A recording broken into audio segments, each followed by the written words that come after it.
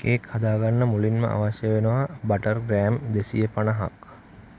ඒ වගේම සීනි පිටි කරලා ගන්න පුළුවන් නම් බ්ලෙන්ඩරයට දාලා හොඳයි 250ක්. ඒ වගේම කිරි තේ හැඳි 2-3ක්. බිත්තර 5ක්. පාන් පිටි ග්‍රෑම් 250ක්. බේකින් සෝඩා ස්වල්පයක්. වැනිලා ස්වල්පයක්.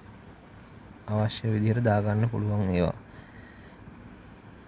එහෙමනම් අපි බලමු කොහොමද මේ වැඩේ අපි පටන් ගන්න කියලා. මේ බඩු දීලා තියෙන ලිස්ට් එක ඔයගොල්ලන්ට කේක් කිලෝ එකක ප්‍රමාණයක් හදාගන්න අවශ්‍ය ප්‍රමාණය තමයි දීලා තියෙන්නේ.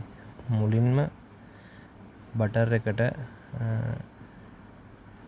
බ්ලෙන්ඩරෙන් කුඩු කරලා ගන්න තියෙනවා නම් වඩාත් හොඳයි. සීනි 250ක් බටර් එකට දාලා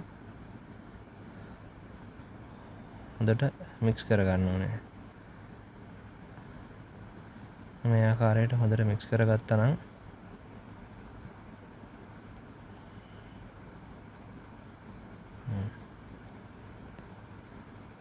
සම්පූර්ණයෙන් බටර් එකයි සීනි පවුඩර් එකයි මික්ස් වෙනකන් හොඳට කලවම් කරගන්න මේ ආකාරයට.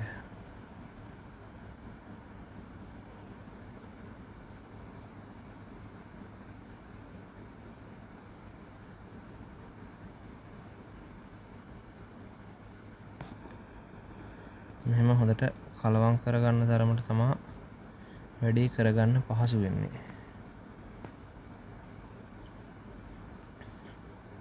ඔය ඉතින් පොඩි ප්‍රශ්නයකට තියෙන්නේ මම මේක ගෙදරදී හදන්නේ මේ මට වීඩියෝ කරගන්න තියෙන්නේ මම එක අතකින් ෆෝන් එක අල්ලගෙන තමයි අනිත් අතින් තමයි මේ වැඩේ කරන්නේ.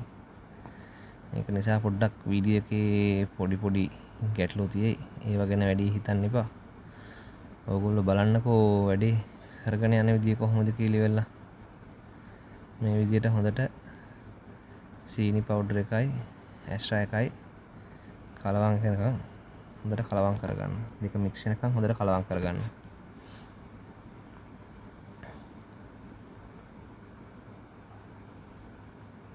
හොඳට කලවම් වුණාට පස්සේ සීනි සාමාන්‍යයෙන් ඇට ගතිය නැති වෙනවා. සීනි ටික කලින් බ්ලෙන්ඩරයට දාලා බ්ලෙන්ඩර් කරලා ගත්තා නම් පවුඩර් එකක් වගේ වෙනකම් බ්ලෙන්ඩර් කරලා ගත්තා නම් ඊට පස්සේ බිත්තර 5ක්නේ අපි ගත්තේ. එකින් එක දාලි වෙලා එක බිත්තරේ බැගින් දාලි වෙලා මේ විදිහට මික්ස් කරගන්න.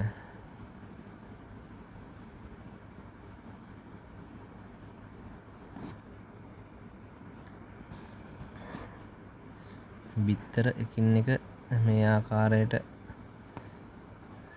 සීනි පවුඩර් එකටයි එක්ස්ට්‍රා කලවම් කරපු මිශ්‍රණයට දාලා හොඳින් කලවම් කරගන්න. ඒකත් අර විදිහටම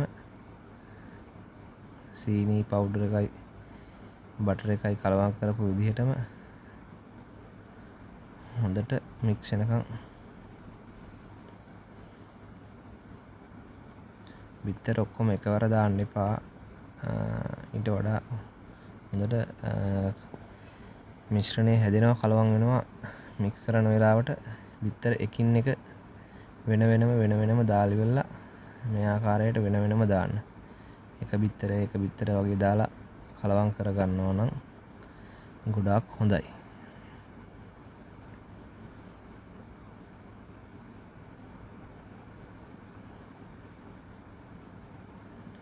මේ කලවම් වෙනකොට මේ වගේ දියාරු ගතියක් එනවා.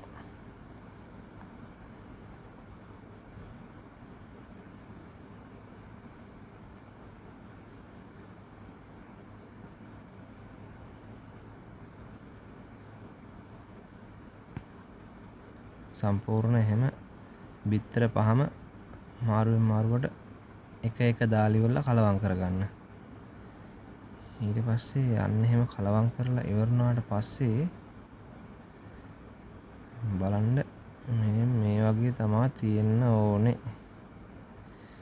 හොඳට කලවම් වුණාට පස්සේ තියෙන විදිය තමයි මේ.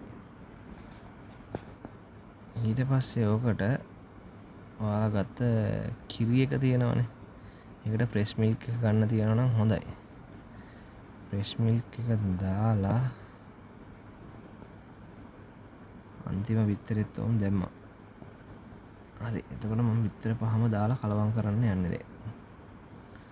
මේ විදිහට කලවම් කරලා ඉවර වුණාට පස්සේ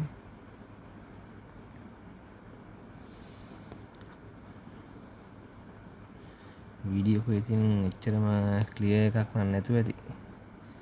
පොඩ්ඩක් බලන්න ඕගොල්ලෝ හොඳට.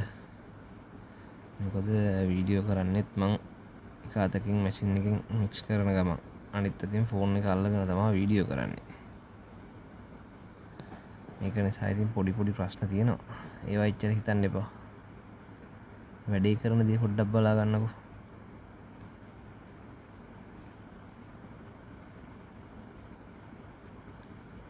ඔය විදිහට හොඳට මික්ස් කරගන්න ඕනේ. දැන් නම් බිත්තර පහ හොඳට කලවම් වෙලා තියෙන්නේ.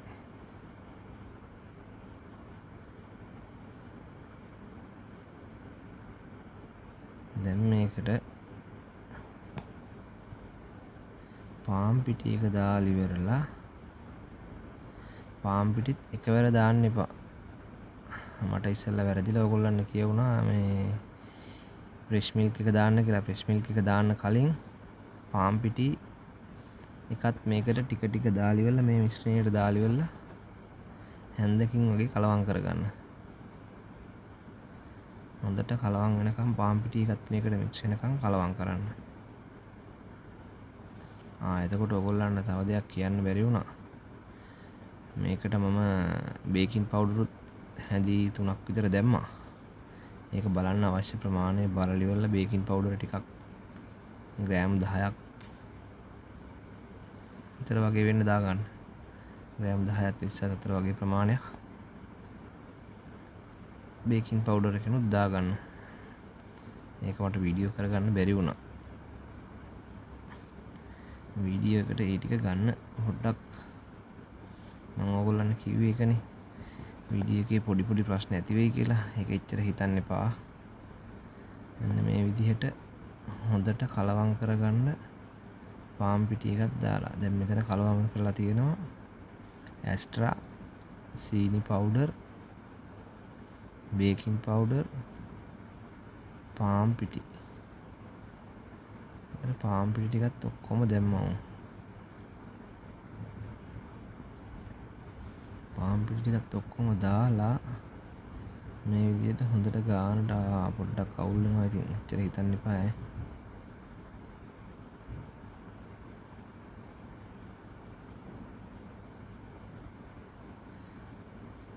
මේ විදිහට හොඳට කලවම් කරගන්න ඕනේ.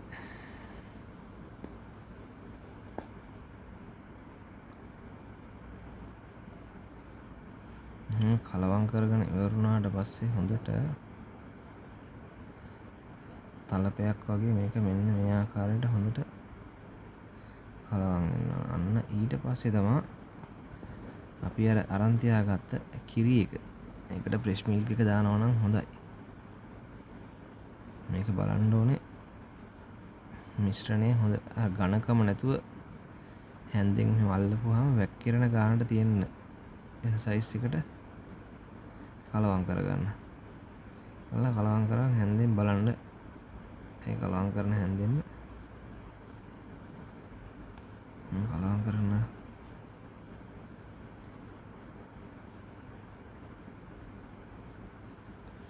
පේනව නේද ඔයාලට?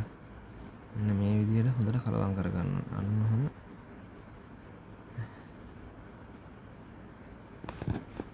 මදි වගේ නම් කලවම් වෙලා තව උපු ගතිය වැඩි වගේ නම් තව කිරි ටිකක් දාන්න.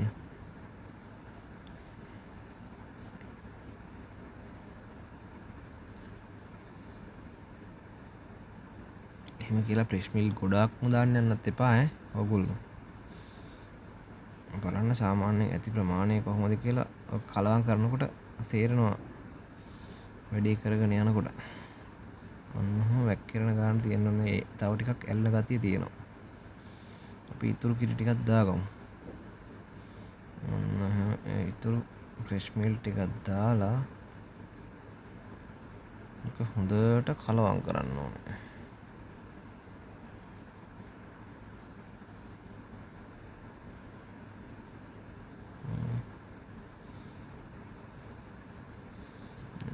හොඳට කලවම් කරගත්තා නම් හරි.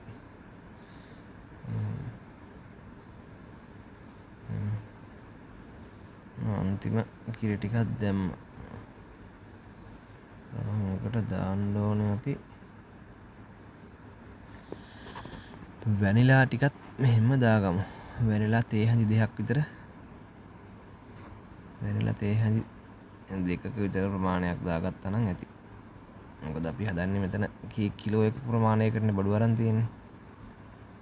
මේකට ගත්තේ අපි බිත්තර 5යි, සීනි 250යි, පාන් පිටි 250යි, ඇස්ට්‍රා 250යි. ඒ විදිහට හොඳට කලවම් කරලා අරගෙන මෙන්න මේ ආකාරයට වැක්කිරෙන විදිහට තියෙන්න ඕනේ. උකු ගතියට නැතුව. ඊට පස්සේ ට්‍රේ එකක් හරි ගස්සගෙන අවන් එකට දාන්න පුළුවන්. අවන් එකට දාන්න ට්‍රේ තියෙනවනේ. අන්නේ ට්‍රේ එකට ඔයිල් පේපර් එකක් එල්ලලා මේ විදිහට හොඳට දාලා ඉවරලා කේක් එක හදාගත්ත මිශ්‍රණය මේ විදිහට දාලා හොඳට තුනී කරගන්න. සම්පූර්ණ කියන්නේ එක තැන් වලට ගොඩවල් හිටින්න නැති වෙන්න එක ගානකට හිටින්න තුනී කරගන්න.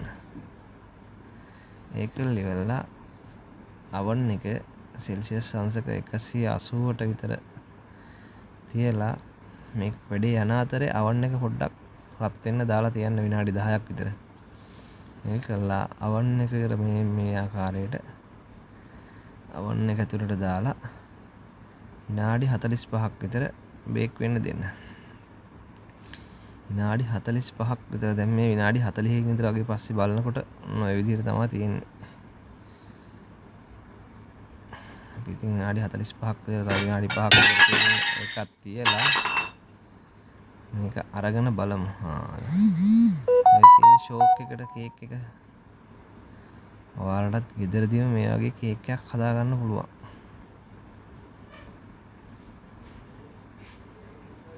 කඩෙන් ගත්ත කේක් එකක් වගේ තියෙනවා ඉතින්. ලස්සනයි, පාටයි, ලස්සනයි, රසයි, ගුණයි.